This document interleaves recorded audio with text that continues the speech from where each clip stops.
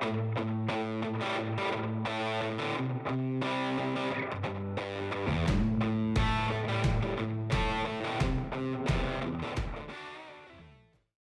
y'all, I'm Lauren and welcome to Cantina Cast. Today I'm really excited to talk about The Eye of Darkness by George Mann. I just finished reading it last night. This novel comes out on November 14th and I'm super excited to talk about it more once it's actually out. But today I did want to give y'all a little bit of a sneak peek of what to expect at the start of phase 3 and what you should read to prepare for that. Of course, I will still do my full plot breakdown once the book is actually out.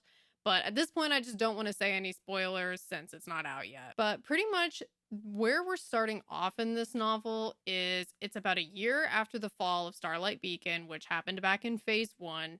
And this book picks up with a lot of our favorite characters from phase 1, particularly, I will say, my very favorite character from phase 1, Belle Zettifar. We do get a lot of Belle in this book, which made me really happy. I was so happy to catch back up with this character. I missed him during phase 2. It may be too soon to say Belle is my favorite. I feel like I'm often going between Belle and Wreath. But anyway, one of my all-time favorite characters we do get to see a lot of in this book. And we're picking up with the Jedi in a point where they need to figure out what's next. They haven't made a whole lot of progress yet. The Nihil have made progress, unfortunately, after the fall of Starlight Beacon, and the Jedi need to figure out what their next move is. And this book was just a super exciting way to get back into these characters, to get back into what's happening with the conflict between the Jedi and the Nihil. It just really it got me all excited about High Republic all over again. This book definitely spoke to me in a way that I haven't had a High Republic book speak to me quite this deeply since I think probably phase 1, honestly. There were some great reads in phase 2, especially Path of Vengeance. I really liked that one in particular from phase 2.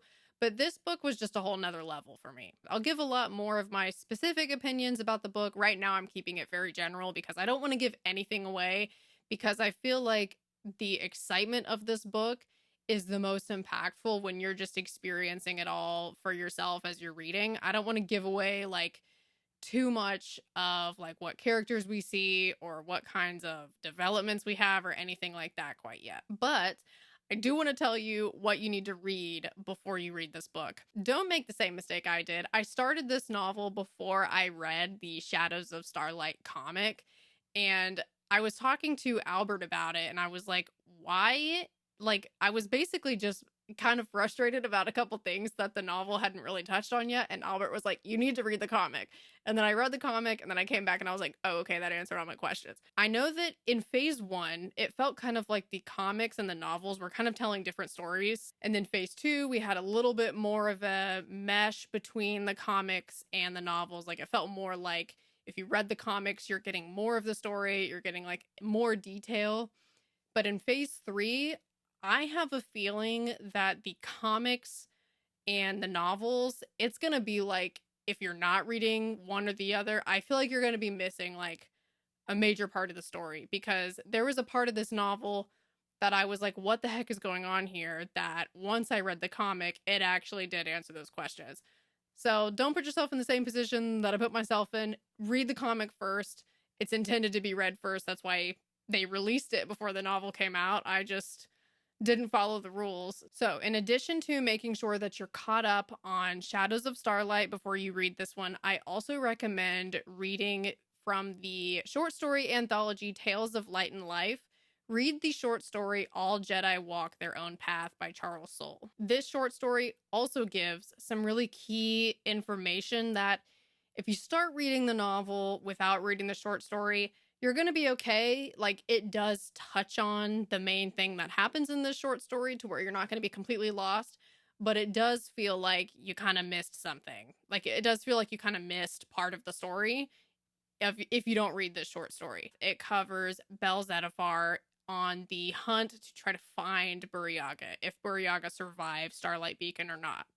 And also, another thing that really makes that short story really good is we do get a lot of flashbacks of Loden Greatstorm and how Loden was training Belle. So even aside from, the information that you'll be missing out on if you don't read that short story was just amazing in its own right. Just, I love the way that we get to see Belle and Loden's relationship and the way that Loden is working with Belle, and it just really made me love those two characters even more than I already did, which is saying a lot because those are two of my favorites. But so that's why you have to read that short story. Not only is it pretty much key reading for this novel, in my opinion, it also is just like a really great story. At some point, I would like to cover that story on its own because I feel like there's a lot to say about it. Because not only is it like just giving us key High Republic plot details, it's also saying a lot about the Force and what it means to be a Jedi, and kind of just like these bigger thematic questions that we get in Star Wars. I really like what it's doing with those types of things too, even outside of just the High Republic alone. That's going to be your key reading. So you need to read the Shadows of Starlight comic, and you need to read the short story All Jedi Walk Their Own Path from Tales of Light and Life. If you read those two before going into this novel, you will have the information that you need to feel not only refreshed about where we left off on Phase 1, but also getting filled in a little bit with what happened in between Phase 1 and Phase 3, because there's about a year of time that has passed. Something else really cool about this novel too is there's a lot of Phase 2 references in it. So it did still feel very connected to Phase 2, even though we've jumped forward in time quite a lot.